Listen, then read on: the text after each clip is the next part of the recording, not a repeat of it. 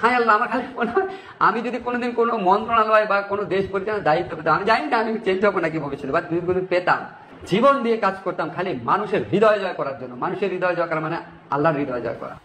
আসসালামু আলাইকুম। 2021 সালে আসিফ নজরুলের পোস্ট 2024 সালে এসে ভুলে গিয়েছেন। একদিন আগে জানিয়ে দিয়েছেন মিডিয়ার হত্যাকাণ্ড নিয়ে কোনো কমিশন হচ্ছে না। 2 দিন আগে আমার সব শেষ ইউটিউবের যে ভিডিও সেখানে বলেছিলাম এবং চ্যালেঞ্জ দিয়ে বলেছিলাম যে মিডিয়ার হত্যাকাণ্ড নিয়ে কোনো কমিশন হচ্ছে না। আমি আগে জানলাম কিভাবে? যারা জানিয়েছে তারাই জানিয়েছে যে সামনে অবস্থা খুব ভয়াবহ।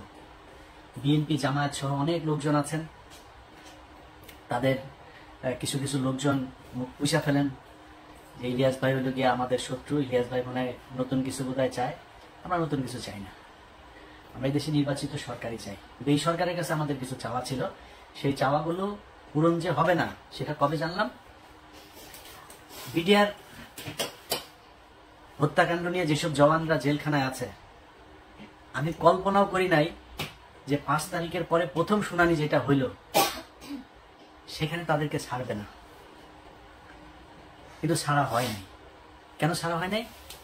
এটা আমাকে প্রচন্ড রকমের অবাক করেছে। তারপর থেকে কিন্তু আমি এই আসিফ নজরুলদের আপনার করা শুরু করেছি। কারণ কি, খবর তো আছে যে বিডিআর এর এই যে জওয়ান, এই বিডিআর জওয়ানদেরকে তারা ছাড়বে না। কারণ এদের কাছে অনেক তথ্য আছে, যে তথ্য তারা বের করতে চায় না। 5 তারিখ থেকে আজ পর্যন্ত এর মাঝখানে 2 জন জওয়ানকে মারা হয়েছে। সামনে 9 তারিখে একটা শুনানি আছে, জামিন শুনানি, 4 নম্বর শুনানি 5 তারিখের পরে। 3টা শুনানির ভেতরে যে ছাত্র নেতারা আছেন, সমন্বয়করা, তাদেরকেও আমি বলেছি যে ওদের শুনানির দিন যাবেন। সব শেষ শুনানিতেও তাদেরকে খুব অনুরোধ করেছিলাম যাবেন, কেউ যায় নাই, কোনো মিডিয়াও যায় না, তাদেরকে না করে দেওয়া হয়, সব বেশি আলোচনায় না আনতে। 9 তারিখে আরেকটা আছে। আমি প্রথম যেদিন দেখলাম যে এরা কেউ যায় না, সব শেষ তাদেরকে অনুরোধ করলাম, হাসনাত সহ সবাইকে অনুরোধ করলাম যে ভাই একটু যাই আমাদের এটার ব্যাপারে, ওরা এখানে পরিবারগুলো থাকবে। সেই পরিবারগুলো দেশের বিভিন্ন জায়গা টায়গা থেকে আসলো, কেউ গেল না। জামিন হয় না, একটার পর 3টা শুনানি গেল, 4 নম্বর শুনানি। বিডিআর হত্যাকাণ্ডের বিচার যদি হয় তাহলে এই দেশে অনেক কিছু পরিষ্কার হয়ে যাবে। এই কারণে বিডিআর হত্যাকাণ্ড নিয়ে তারা বিচার করবে না। আপনাদের মনে আছে বিএনপির পিন্টু ভাইকে জেলখানায় স্বাভাবিক মৃত্যু হয় নাই, তাকে মেরে ফেলা হয়েছে। কারণ পিন্টু ভাইকে যদি বাঁচিয়ে রাখতো তাহলে পিলখানা হত্যাকাণ্ড নিয়ে অনেক ঘটনা বের হয়ে যেত, এই কারণে তাকে মারা হয়েছে। এখন এই যে বিডিআর এর যারা সৈনিক আছে, আমি এটা আমার কাছে কেউ কিছু বলে না, কিন্তু আমার ধারণা, ধরেন সব শেষ এখানে যে এই শুনানির পরের যে মাঝখানে যে সময়টা, এই সময়ের ভেতরে তারা একটা পরিকল্পনা করতে পারে। যেহেতু এটা নিয়ে অনেক আলোচনা হচ্ছে, আমরা এখান থেকে কয়েকজন সৈনিক ছাড়বো, সবাইকে ছাড়বে না, কান কেটে ফেলে দেবো যদি সৈনিকদের সবাইকে ছাড়ে। আরেকটা চ্যালেঞ্জ নিলাম, যান ভিডিও রেখে দিলাম, তো ভিডিওটা রেখে দেন। জানুয়ারি 9 তারিখের পরে তারপরে এটা নিয়ে আপনারা চ্যালেঞ্জ আমার এটা গ্রহণ করবেন। তো এদেরকে ছাড়া হবে না। প্রথম ঘটনার পর থেকে বুঝলাম যে না, আমরা তো আসলে বিজয় উদযাপন করলাম, এত নাচাগানা করলাম, এই সরকার তো আসলে আমাদের সরকার না। এদের ভেতরে ডক্টর মোহাম্মদ ইউনূসকে সামনে রেখে সব ভেজাল চিটা সব এটার ভেতরে ঢুকিয়ে দেওয়া হয়েছে। ইন্ডিয়ান পুরো সেকেন্ড লেয়ারের যা আছে সব এই জায়গায় বসানো। ডক্টর মোহাম্মদ ইউনূস চাইলেও কিছু করতে পারে না। এখন ডক্টর মোহাম্মদ ইউনূসের সামনে রাস্তা একটাই আছে, উনি যে কোনো দিন শুনবেন যে উনি চলে গিয়েছে দেশ থেকে। এরপরে কি হবে? পুরো সেটআপ সাজিয়েছে আসিফ নজরুল, মাহফুজানা, মতিউর রহমান। সব জায়গায় বিএনপির কিছু লোকজন আছেন, তাদের খুব মনে হয় আমার নিয়ে মনে হয় খুব কষ্ট। কিছু মানে আমি ঢালাওভাবে বিএনপি জামাতকে নিয়ে ঢালাওভাবে কথা বলার মতো স্পর্ধা আমি দেখাইতে পারবো না। এই দলের মানুষ আমাকে প্রচন্ড ভালোবাসেন, আমাকে প্রচন্ড শ্রদ্ধা করেন, তাদের নিজেদের মানুষ মনে করেন। তারা ধান খেতে ঘুমিয়েছেন, তাদের অনেক মানুষ হত্যার শিকার হয়েছে। এই সব শেষ আন্দোলনেও 95% মানুষ জামাত এবং এই বিএনপির লোকজন মারা গিয়েছেন, শহীদ হয়েছেন যারা। অতএব আমরা এদের ব্যাপারে কথা বলতে গেলে রেসপেক্ট করে কথা বলতে হবে। আমার ব্যাপারে কথা বলতে গেলেও একটু রেসপেক্ট দেখায় কথা বলতে হবে। আমাকে বলা হয়েছে যে জামাতের গতকালকে একটা প্রতিবাদ জানিয়েছে আমার একটা বক্তব্য। সে বক্তব্য হচ্ছে, আমি বলেছি জামাতের যে নায়েবে আমির আছেন ওই যে তাহের সাহেব, এই তাহের হচ্ছে রয়্যাল লোক। এটা বলার পরে তারা বিবৃতি প্রতিবাদ জানিয়েছে আমার এই বক্তব্যের। আমি এটাকে খুব পজিটিভলি নিয়েছি, কারণ জামাত একটা সংগঠন, তাদের সাংগঠনিক একটা পদক্ষেপ থাকবে, এটা কোনো ব্যাপার না। আমি ওনাদের ফেসবুক পেজেও জামাত ইসলামের যে পেজ আছে সেখানে গিয়ে জামাতের লোকজনের বক্তব্য দেখেছি, কমেন্ট দেখেছি, আমার কাছে খারাপ লাগে নাই। ওনারা মানে খুবই বন্ধুসুলভ আচরণ করেছেন। তবে জামাতের কাছে আমার অনুরোধ থাকবে, যে অভিযোগটা আমি শুনেছি এটা তো আমার নিজের বানানো না, এটা আপনাদের ভেতর থেকে আমাকে জানিয়েছে। তার বাড়িতে নইমুল ইসলাম খান, তার বাড়িতে ছিল ইনামুল ইসলাম খান, তার বাড়িতে ছিল, এবং আবু তাহের সাহেব তাকে পালাতে সহযোগিতা করেছেন। এই ছাড়াও জামাতের আরো অনেকজনের ব্যাপারে এই বিষয় আছে। শামা ওবায়েদ বিএনপির সব তথ্য ভারতে পাচার করে। শামা ওবায়েদের সাথে এখনো শেখ হাসিনার কথা হয়। বিএনপিকে বলে রাখলাম, আপনারাও সাবধান থাকবেন। আমি যদি নাকি কোনো কথা বলি, কথা বিএনপি বা জামাতের ক্ষতি করার জন্য না। জামাত ইসলাম যেটা করেছে, বিবৃতি দিয়েছে, কোনো সমস্যা নেই। আমি আমার কথা বলেছি, আমার এটা রেসপেক্ট রেখে বলছি, এটা নিয়ে তদন্ত করবেন। যদি আসলে কোনো কিছু পাওয়া না যায়, আমি তাহের ভাইয়ের কাছে আবার ক্ষমা চেয়ে নেব। তো এই যে বিএনপি জামায়াতের লোকজন, ওনারা কিছু কিছু লোকজন যে মনে করেন যে আসিফ নজরুল হচ্ছে তাদের লোক, তাদেরকে বলবো তারেক রহমানের বক্তব্য শুনেন। তারেক রহমান আপনার মনে হয় এমনিতেই বলে যে সামনে নির্বাচনটা কঠিন নির্বাচন, এমনিতেই বলেন যে আপনারা মনে করবেন না যে আমরা ক্ষমতায় চলে এসেছে, এগুলো এমনি বলে না। কিন্তু তারেক রহমান খবরগুলো জানে যে তারেক রহমানকে মাইনাস করার জন্য কত ষড়যন্ত্র চলছে, এবং সেইটার পার্ট হচ্ছে এই আসিফ নজরুল, রেজওয়ানা বন্যা, আরেকটা আছে ওদের সাথে ওয়াহিদ মাহমুদ, তো নামটা ভুল করছে কিনা জানি না। এই গম গত সপ্তাহে আসিফ ডক্টর মোহাম্মদ ইউনূস তিনি বলেছেন যে 25-এর মাঝামাঝি বা শেষের দিকে আমরা একটা নির্বাচনের দিকে ইয়ে করি। তিনারা যাবেন না, তিনাদের কথা 26-এর শেষে গিয়ে আমরা ইয়ে করবো, চিন্তা করবো। এর মাঝখানে সেটআপ শেষ হয়ে যাবে, সব শেষ। বিএনপির ভাইদেরকে বলতে চাই, সব শেষ। দুদকের একজন চেয়ারম্যান আপনাদের দলের ক্যান্ডিডেট ছিল, সে বিএনপি করে না, খুব সৎ মানুষ। বিএনপির ওই চয়েসটা ভয়ঙ্কর রকমের খুবই সুন্দর একটা ইয়ে ছিল। এই আমার জীবনে আমি যত মানুষ সম্পর্কে জানি, একজন মানুষ হিসাবে জানতে পারি, এই বিচারক মোতাহার হোসেন তাদের মধ্যে একজন সৎ মানুষ। এই মানুষটাকে হইতে দেয়নি আসিফ নজরুল, এই রেজওয়ানা বন্যা, ওয়াহিদ মাহমুদেরা হইতে দেয়নি। ইভেন ডক্টর মোহাম্মদ ইউনূসও চেয়েছিল এই ইয়ে হোক, তাকে হইতে দেওয়া হয়নি। অতএব বিএনপির লোকজন খুব সাবধানে কথা বলেন। আমাদের মির্জা আব্বাস ভাই বললো যে ইয়ে করবে, বিদেশে কিছু লোকজন বসা খায় দেয়া কাম পায় না, ইউটিউবে কথাবার্তা বলেন। মির্জা আব্বাস ভাই এই কথাটার জন্য কোনো এক জায়গায় সরি বলে দেন। তার একদিন আগে সম্ভবত পিনাকিদা তার ব্যাপারে একটু কথা বলছিল, এই জন্য তিনি এটা বলে ফেলেন। 6 মাস হয় নাই ভাই এখনো। 6 মাস আগে আপনাদের পক্ষে কথা বলার মতো আমরা ছাড়া কেউ ছিল না। আবার পরের 6 মাস পরে না আবার সেরকম পরিস্থিতি আসে কিনা, ইউ নেভার নো। খুব সাবধানে একটু কথা বলতে হবে। হ্যাঁ, আমরা আপনাদেরকে যদি কোনো কথা বলে থাকি তাহলে সেটা মনে রাখবেন, আপনাদের ভালোর জন্যই বলছি। এত মুখ পুষে ফেলা উচিত না। তারেক রহমান যে কথাগুলো বলছে, ভেতরে কি হচ্ছে, ঈদের পরেই এই সরকারের বিরুদ্ধে জামাত এবং বিএনপিকে মিলেমিশে আন্দোলনে নামতে হয় কিনা একটু অপেক্ষা করেন। এই যে শাহেদ আলম এখন এত কথাবার্তা বলছে না, শাহেদ আলম কিন্তু এমনিতে আমার বিরুদ্ধে লাগে। শাহেদ আলম জানে না ওর জীবনেও কি কি 2 নাম্বারই করেছে। ও যে বিয়েটা করেছে, এই বিয়েটা একটা থানার ভেতরে বিয়ে হয়েছে। আশুলিয়াতে 2 জন এই গাড়ির ভেতরে করছিল, ওইখান থেকে পাবলিক ধরে আপনার একটু টানা হেঁচড়া করলো, এরপরে পুলিশ আসলে এসে তারপর ধরে নিয়ে গেল, পাবলিক ওর বিয়ে করাতে হবে। এবং একই সময় তার আরেকজনের সাথে সম্পর্ক ছিল, তার সাথে তার বিয়ে হওয়ার কথা, বিয়ের কথাবার্তাও চলছিল পারিবারিক ভাবে। এই মেয়ে যখন ওই মেয়ের যখন শুনে টুনে তারপরে আসার পরে এই বললো যে আমাকে বিয়ে করতে হবে, এই পাবলিক পুলিশ মিলে এর সাথে বিয়ে দিয়ে দিয়েছে। চ্যালেঞ্জ করেন, ওরা চ্যালেঞ্জ করেন, আমি থানার নাম টাম সবকিছু বলে দেবো, ওই ওসিকে খোঁজার চেষ্টা করতেছি। এই হচ্ছে শাহেদ আলম। আরো অনেক কিছু আছে, কিন্তু ও আমার সাথে কেন লাগলো জানেন? বিশাল বড় স্বার্থগত একটা দ্বন্দ্ব এই জায়গায়। কি দ্বন্দ্ব? শাহেদ আলমের আসিফ নজরুলকে দিয়ে যে ধান্দাবাজি সে করছে, এই ধান্দাবাজি তো সে বিএনপি আসলে করতে পারবে না।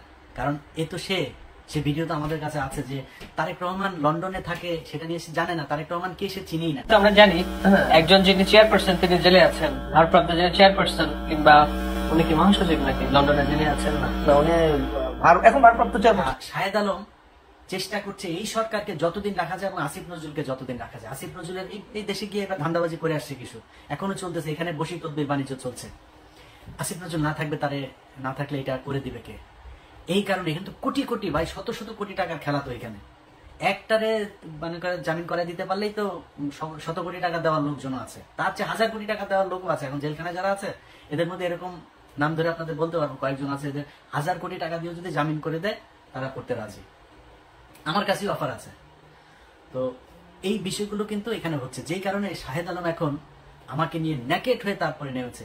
শাহেদ আলম, আমি তোমার আগেও বলেছি, এখনো বলছি, তুমি বাবা এই যে বিরিয়ানির দোকানে 1000 টাকা করে নিছো, তুমি এত বড় একজন লোক, আমি উবার চালাই, এটা নিয়ে তোমার এত কষ্ট, তোমার মতো এত হাই লেভেলের একজন লোক, তুমি বিরিয়ানির দোকানে যা 1000 টাকা নিলা, এটা কেমন ধরনের হয় শাহেদ আলম? তুমি এখন এই লোকের আবার আইনা ভিডিও বানায় তুমি ছাড়ছো, ওই লোকটা আমার ওইখানে বক্তব্য দিয়ে দিয়েছে, তুমি তার এলাকার লোক, বউ নিয়ে আসছিলা, খাইতে পাইতা না, সাহায্য করেছে। এবং সেই সাহায্যটা কোত্থেকে করেছে? সাংবাদিকদের যেই ভিক্ষা দেয় না খলিল ভাই, খলিল ভাই এখানে অনেক সাংবাদিকরা ভিক্ষা দেয়, ওই ভিক্ষার হ্যাঁ, ফুল রেকর্ড শুনবা। সো বেশি পাকনামি করতে যায় না, নিজের নিচে পরিষ্কার না করে তারপরে কথা বলে লাভ না। আমার নিয়ে খেলবো, আমার নিয়ে খেলতে আসো। আমি ইলিয়াস, আমার নিয়ে বহু খেলাধুলা হয়েছে, শুনে এখানে যখন আসছি না, পুলিশ আসছে বাসায়, আমার নিয়ে এখানকার দূতাবাস থেকে শুরু করে আওয়ামী লীগের সবাই মিলে লাগছিল আমার নামে, এমন কোন মানে ইসলামী টেরোরিস্ট থেকে শুরু করে সব খালি 2-3টা কথা বলে আমার নিয়ে পুলিশের কি কি ছিল, ইনভেস্টিগেশন ছিল। হ্যাঁ, আমার বাসায় আসছে আন্ডার কভার, এসে তারপরে জিজ্ঞেস করেছে আমি রিলিজিয়নে বিশ্বাস করি কিনা। আমি ওদের উত্তর দিচ্ছি একদম, আমি বলছি I strongly believe in god. আমি নামাজ পড়ি কিনা, কোন মসজিদে যাই, কত অফেন যাই মসজিদে, হ্যাঁ, কোন কোন মসজিদে যাই, এই কোশ্চেন। আরো কি কি এগুলি বানানো টানানোর এগুলির কথা বলা হয়েছে, আমি নাকি কি কি বানাই এগুলি অভিযোগ করছে। তো অফিসাররা, আমি শেষ পর্যন্ত যা যা বললাম, অফিসার আমার ইউটিউব চ্যানেলটা একটু দেখলো যে তুমি এরকম মেয়েদের নিয়ে নাকি তুমি বাজে কথা বলছো, এই সেই। তখন আমি বললাম হ্যাঁ, এই সাংবাদিক মেয়েরা আমার নিয়ে উল্টাপাল্টা কথা বলছে। কে সে? বলছে যে একটা টেলিভিশন, বেসরকারি টেলিভিশনের সাংবাদিক বাংলাদেশে, তারা আমার নিয়ে ক্রিটিসাইজ করে, আই ক্রিটিসাইজ দেম ব্যাক, এগুলি বলছি, সবই তারা জানাই দিচ্ছে। ওকে ওকে, আমার কার্ড দিছে, কার্ড দিয়ে বললো যে কল মি, আমি 24/7 অ্যাভেলেবেল, আমার যখন ইচ্ছা কল মি। এরকম আরো অনেক তদন্ত হয়েছে ইলিয়াসের নিয়ে। আমার গ্রিন কার্ড পাওয়ার কথা আরো অন্তত 5 বছর আগে, সেই গ্রিন কার্ড মানে আমার কেসে অ্যাপ্রুভ হয়েছে আজ থেকে 1.5 মাস আগে। সো গ্রিন কার্ড আরো কয়দিন লাগবে জানি না, কিন্তু এই গ্রিন কার্ড পাইতে পারতাম বহু আগে। যখন এখানে 2016 সালে আসছে না, সেই 16 সালে শাহেদ আলম, তুমি যেরকম 2 নাম্বারই ভণ্ডামি করে এখানে কাগজ নিছো না, ইলিয়াস চাইলে 16 সালে ওই ভণ্ডামি করতে পারতো। আমারে গণজাগরণ মঞ্চের বানাইতে বলছে আমার লয়ার, যে আপনি গণজাগরণ মঞ্চে, তখন 2016 সাল, সবাই এটা দিয়ে কাগজ বানাচ্ছিল, যারা যে অ্যাপ্লাই করছিল তাকেই কাগজ দিয়ে দিচ্ছিল। আমি আর এটারে করি নাই। কেন করি নাই জানিস? কারণ ওইখানে যায়া লিখতে হইতো, আমার লয়ার আমার বলতেছিল যে খালি তোমার নাম চেঞ্জ করে দিলে হবে, একই ঘটনা সবাইকে দিয়ে দিচ্ছি, কেস হয়ে যাচ্ছে।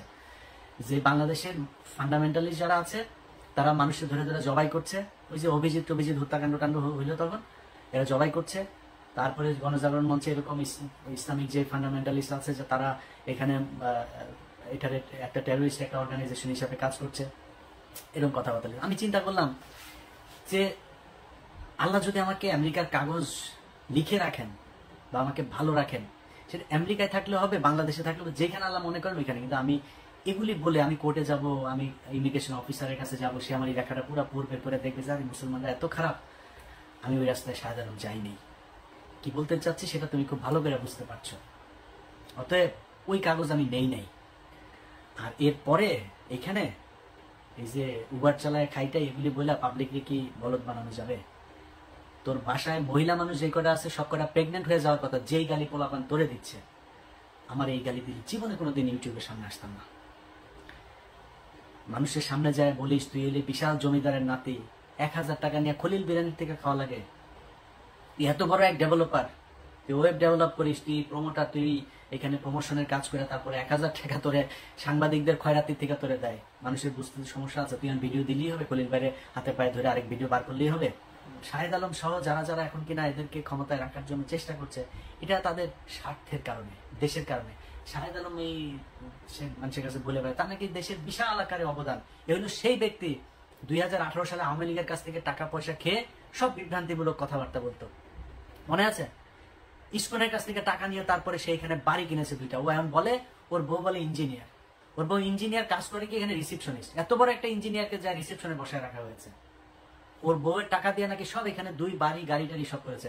আমি ওপেন ডিক্লেয়ার দিয়ে গেলাম, চ্যালেঞ্জ করে গেলাম, শাহেদ আলম তোর সাথে যে কোনো ফোরামে তোর চ্যানেলে আমি বসতে চাই, আমি আমার ট্যাক্স ফাইল থেকে শুরু করে আমি আমার স্বচ্ছতা নিয়ে আসবার। তোর বউ ইনজানুয়ার একটা আছে না, তোর বউ ইনজানুয়ার কোন জায়গায় ইনজানুয়ারি করে তারপরে এই তোর বাড়ি 2টা করে দিল, ট্যাক্স ফাইল দেখা। এই দেশে তোর বউয়ের মতো এত বিশাল বিশাল বড় একজন নাসার ইঞ্জিনিয়ারে তো তুই করতে পারবি না, তাই না? টাকা ছাড়া তো ক্যাশে তো আর টাকা দেয় না, তাই না? চেকের মাধ্যমে টাকা দিয়েছে। সো চেক আছে, চেক দেখাস, কান কেটে ফেলবো। এখন তোর বাপ আসিফ নজরুলের কাছ থেকে আরো ধান্দাবাজি করে আরো বাড়ি করার চিন্তা ভাবনা করছিস। সো এসব টাকা পয়সা তো বের হয়ে যাবে একসময়। সম্মান আর টাকা পয়সা সব একসাথে পাওয়া যায় না। আপনারা এখন এখানে প্রথম আলোর সব সেট আপ বসায় দিয়ে যাবেন, যতদিন সম্ভব বিএনপি বা জামাতকে ক্ষমতায় আসতে দেওয়া যাবে না, আপনারা এখানে বসে বসে খাবেন, এইভাবে চলতে দেওয়া যাবে না। বিডিআর হত্যাকাণ্ডের প্রতিটা পরতে পরতে ইন্ডিয়া জড়িত থাকা, আওয়ামী লীগের যে নীল নকশা সেটা জড়িয়ে আছে। সাগর রুনিনিয়ানা বলে বিচার করেন, আসিফ নজরুল প্যান্ট ভিজায় ফেলতো সাগর রুনিরে নিয়ে কথা বলতে বলতে, কই সেই বিচার? শাপলা চত্বর হত্যাকাণ্ড, কই সেই বিচার?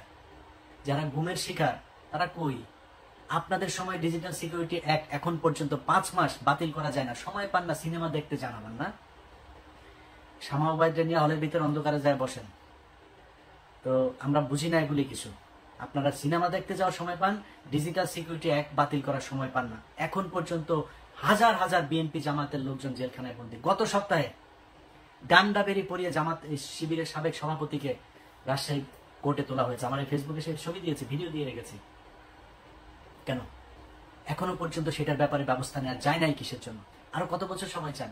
বসে বসে লুটপাট করবেন। আমার এই নেতা ফোন করে, ওই নেতা ফোন করে, ইলিয়াস ভাই এরা তো আমাদেরই লোক, এদের সাথে এরকম করলে তৃতীয় পক্ষ ঢুকবে। আর ভাই এরা আপনার লোক হইতে পারে, আমার লোক না।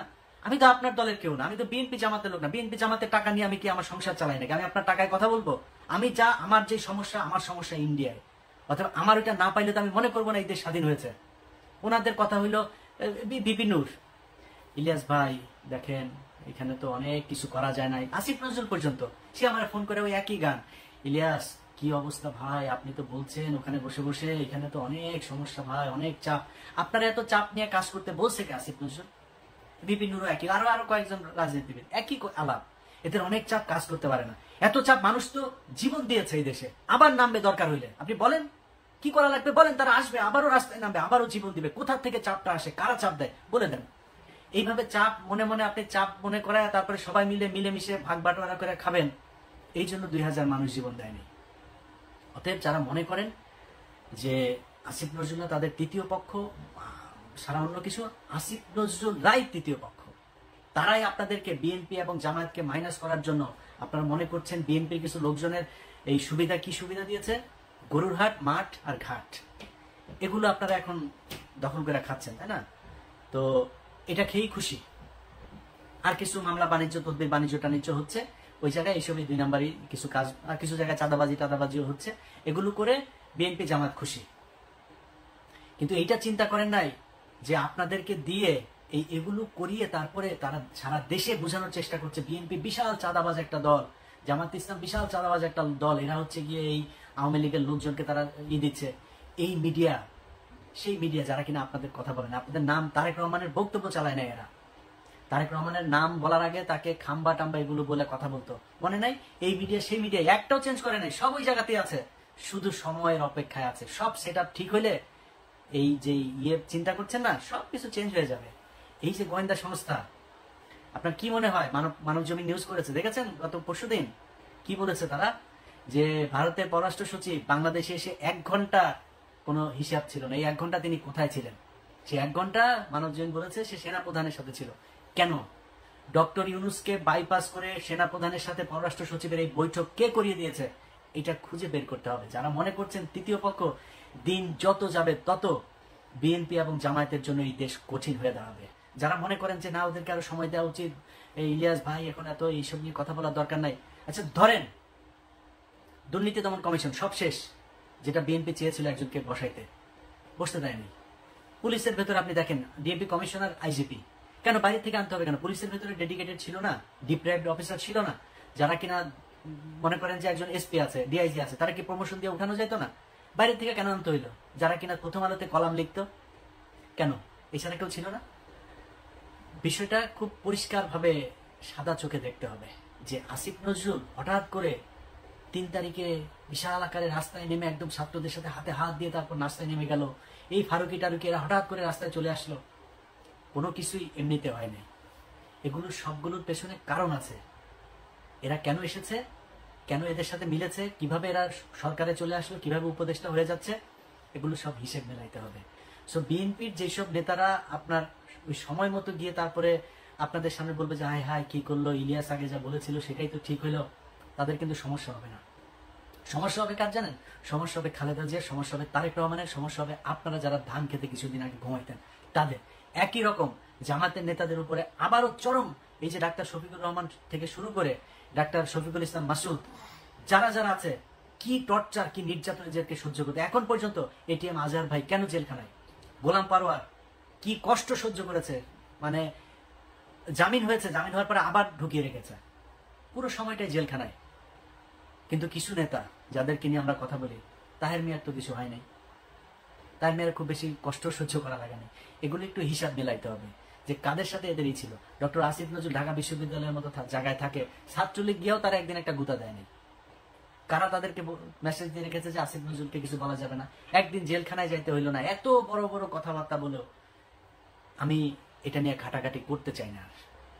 কথা হইল যে দেশ স্বাধীন হয়েছে, এখন আমাদের হাতে সময় আছে। আমরা এই সাগররুনি হত্যাকাণ্ড বলেন, শাপলা চত্বরের হত্যাকাণ্ড বলেন, গুম, যারা এখন পর্যন্ত জেলখানায় আছে, বিডিআর এর জওয়ান, বিডিআর এর অফিসার যাদেরকে হত্যা করা হয়েছে সেটার বিচার, এই সবগুলোর বিচার হইতে হবে। 21শে আগস্ট থেকে শুরু করে উদিচি, ছায়ানট, যেখানে যেখানে বোমা হামলা হয়েছে এগুলোর বিচার হইতে হবে। শুধু বিএনপির লোকজনকে আপনি এখান থেকে মামলা থেকে অব্যাহতি দিবেন ন, এটা তদন্ত হইতে হবে কারা করেছে। তারেক রহমান করে নাই, লুৎফুজ্জামান বাবর করে নাই, তাহলে করেছে কারা? এদের ভেতরে একটা বিশাল আকারের আপনি সবটা যদি চিন্তা করেন না, দেখবেন ইন্ডিয়ার জায়গাগুলোতে হাত দেওয়া হচ্ছে না। আপনি দেখেন বিডিআর জওয়ান, তাদেরকে ছাড়া হচ্ছে না। লুৎফুজ্জামান বাবর, গিয়াসউদ্দিন আল মামুনকে কিন্তু ছেড়ে দেওয়া হয়েছে, লুৎফুজ্জামান বাবরকে ছাড়া হচ্ছে না। ডিজিএফআই এর আপনার সাবেক যেই কর্মকর্তা রেজ্জাকুল হায়দারকে ছাড়া হচ্ছে না, কিন্তু আব্দুর রহিম ওনাকে কিন্তু মেরে ফেলা হয়েছে। এইভাবে যারা যারা এখন পর্যন্ত এদের বিপক্ষে, যাদেরকে দিয়ে ইন্ডিয়ার এইসব জিনিস সব বের হয়ে যাবে, তাদেরকে দেখবেন আস্তে আস্তে মেরে ফেলা হচ্ছে। রাস্তাঘাটেও দেখবেন এখন অনেক দুর্ঘটনায় মানুষ মারা যাচ্ছে। এগুলো এইভাবে খুব সুপরিকল্পিতভাবে তারা তাদের জায়গাগুলো পরিষ্কার করছে, খালি দেখছে যে কারা আমাদের বিপক্ষে, তারপরে তারা ঠিকই আবার ছোবল দেবে। যাই হোক দর্শক, আপনাদেরকে আমার শেষ যে বক্তব্য সেটা আমি আপনাদের জানাইতে চাই। নিজেকে আসলে মাঝে মধ্যে খুব অসহায় মনে হয়, যে মনে হচ্ছে কিনা আমরাই কি করছি কিনা, আমরাই কি ভুল পথে হাঁটছি কিনা, এটা নিয়েও না চিন্তা করি। তো চিন্তা করে পাই না আসলে, মানে এত মানুষ, এত বিশাল একটা দেশ, ভাই এত বড় একটা ঘটনার পরে কারো কি ইচ্ছা করে না যে না দেশটা আসলে একটু ভালো কিছু হোক? সব মনে হচ্ছে তারা ক্ষমতায় এসছে, কিছু টাকা পয়সা লুটপাট করবে, সে আওয়ামী লীগের মতো একইভাবে চলবে দেশ। এই দেশের জন্য কি করলেন রে ভাই? জিনিসপত্রের দাম থেকে শুরু করে কোনো জায়গার কার্যকর কোনো পদক্ষেপ নাই, তারা সিনেমা দেখতে যায়। এইভাবে দেশই করার জন্য এতগুলি মানুষ মারা গেল। তো আপনাদের কাছে অনুরোধ, ভাই এগুলি দেখলে খারাপ লাগে, যদি এইসব ছায়া দিয়ে যদি চুপ থাকতে পারতাম তাহলে অনেক ভালো থাকতাম। সবাই ভালো থাকেন, আল্লাহ হাফেজ।